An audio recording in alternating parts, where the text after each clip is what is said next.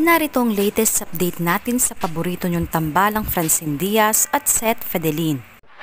Okay naman. Ay, naiiyak siya!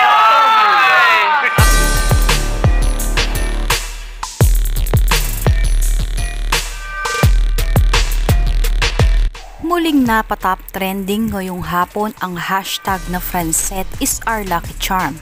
Present sa noontime show si Francine Diaz, ngunit wala ngayong araw si Seth Fedelin sa It's Your Lucky Day dahil may ibang trabaho siyang naka-sked ngayon. Kaya naman nalulungkot itong si Francine Diaz dahil hindi nakasama ang kanyang on-screen partner. May parang malungkot dito pagpasok eh. Sino? Oo nga, malungkot ang ating baby girl. Booking ni Robbie Domingo na bumati raw si Francine kaninang umaga ng malungkot. Umaga, sa hallway, sinabi, "Hi guys." Ano bang pakiramdam, Francine? Medyo solo flight ko ngayon. Okay naman. Ay, naiiyak siya! Okay naman, pero kakayanin ko. Nagbigay naman ng mensahe si Francine para kay Seth Fedelin. Anong mensahe mo sa kanya?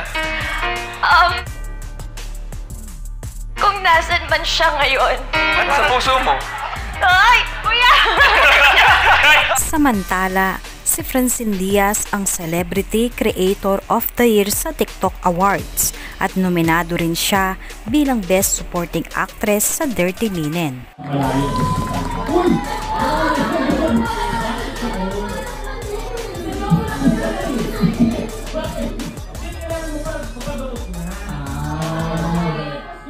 Hi, Princess Claudies. Thank you so much sa love and support this amin.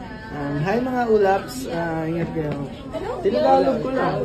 Claudies, ay mga Claudies, mahal namin kayo. Maraming salamat.